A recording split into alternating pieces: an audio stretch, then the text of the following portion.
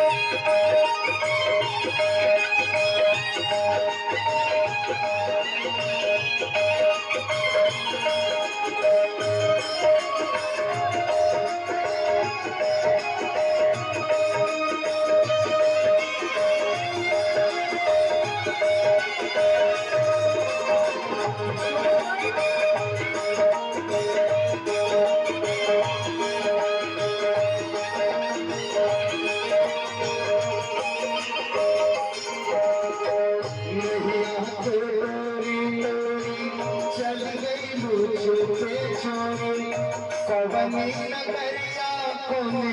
गाँव मन में भाई भाई खरिया गन मन में भाई भाई खरिया गन में धरती आकाश थामे गाँव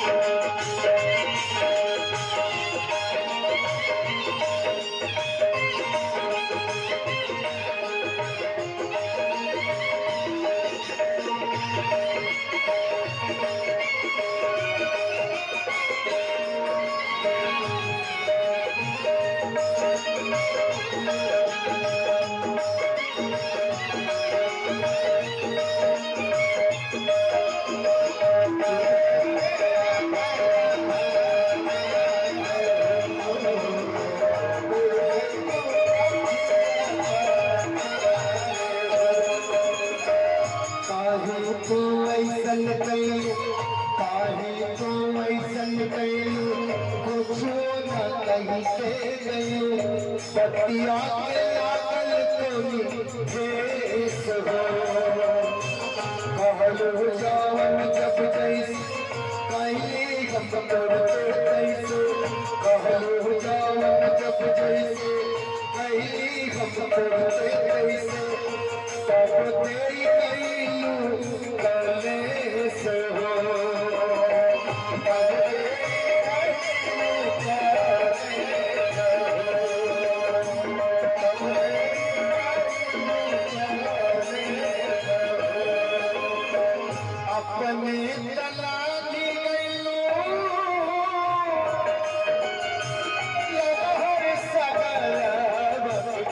अपने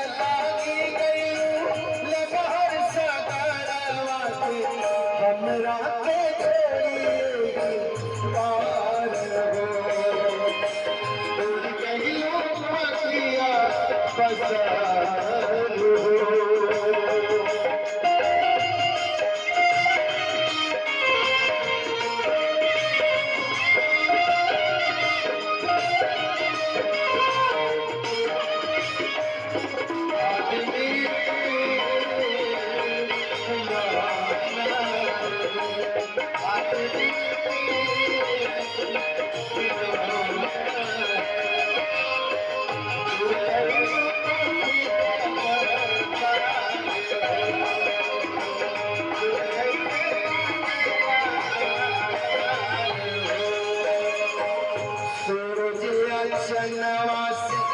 बदरी पवन वासे सूरज चनवा बदरी पवन वासे पूछी कयो काना अलवाहतयन से पूछली तरहीरन से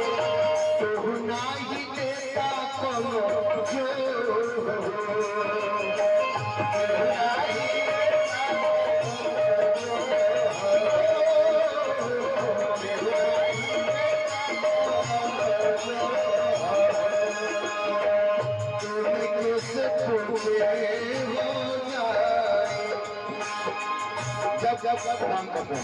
जब हम बलिया डी कॉलेज में हमने के पढ़त रही जा बीए में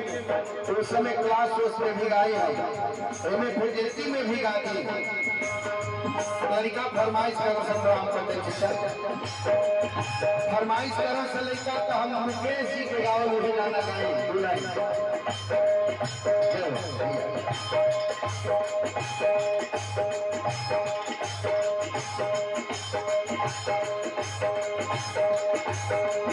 अरे जाते चले जाते हैं कहा जाते चले जाते हैं कहा दुनिया से जाने वाले जाते चले जाते हैं कहा दुनिया से जाने वाले जाते चले जाते हैं कहा कैसे ढूंढे